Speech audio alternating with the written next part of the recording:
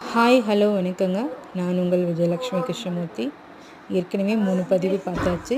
இது அதனுடைய தொடர்ச்சி தான் 4வது பதிவு. ஏற்கனவே நம்ம பார்த்த பதிவில் என்ன சொல்லியிருப்போன்னா, செல்வம், பணம் இது எல்லாமே நம்மளுடைய மனசில் எந்த மாதிரியான எண்ணங்களை நம்ம இப்போ வச்சுருக்கோம் அப்படிங்கிறது அதை பற்றி தான் பார்த்துருக்கோம். இப்போ அதோட தொடர்ச்சி தான் இப்போ பார்க்க போகிறோம்.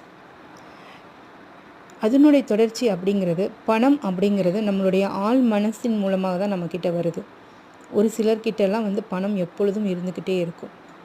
அவங்க மட்டும் ஏன் பணக்காரங்களாக இருக்காங்க, பணம் பணத்தோடு தான் சேருமா அப்படின்னு ஒரு சின்ன சின்ன விஷயங்கள் சமுதாயத்தில் இருக்குது.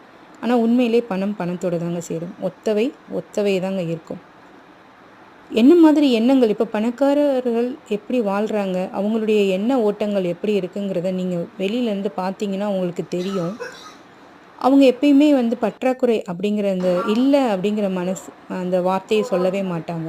ஆனால் நம்ம என்ன பண்ணுவோம், எல்லாத்துக்குமே இல்லை, பால் இல்லை, சர்க்கரை இல்லை, மளிகை ஜாமான் வாங்கணும் காசு இல்லை, லோன் கட்டணும் காசு இல்லை, டியூ கட்டணும் காசு இல்லை.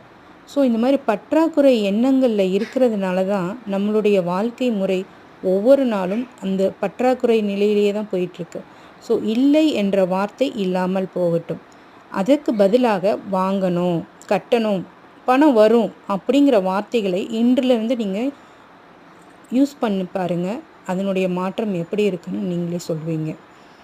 அதே மாதிரி நம்மளுடைய ஃப்ரெண்ட்ஸோ இல்லை நம்ம பக்கத்தில் இருக்கிறவங்களோ யாராவது வளர்ச்சி அடைஞ்சாங்கன்னா, அதாவது பணக்காரங்களாக ஆனாங்களோ இல்லை அவங்க ஏதோ ஒரு திங்ஸ் வாங்கினாங்களோ, நம்ம மனசு இப்போ ஒரு காரே வாங்குறாங்கன்னு வைங்க, நம்ம மனசு என்ன சொல்லும், அவன் கஷ்டப்படுறான், அவன் வாங்கட்டும் அப்படின்னு நம்ம மனசு எல்லாருக்கும் சொல்கிறது கிடையாதுங்க.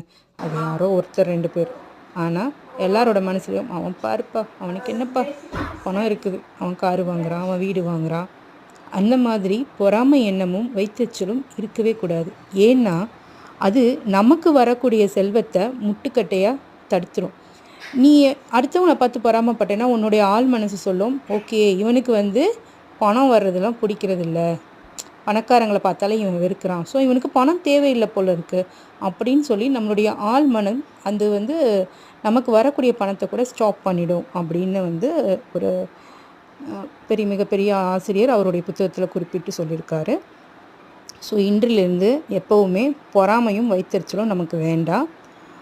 பணம் அப்படிங்கிறது நம்மளை நோக்கி தினமும் வந்து கொண்டே இருக்கிறது அப்படிங்கிறத மட்டும் நீங்கள் நம்பிக்கையோட உங்கள் வாழ்க்கையில் எழுதி வச்சுக்கோங்க.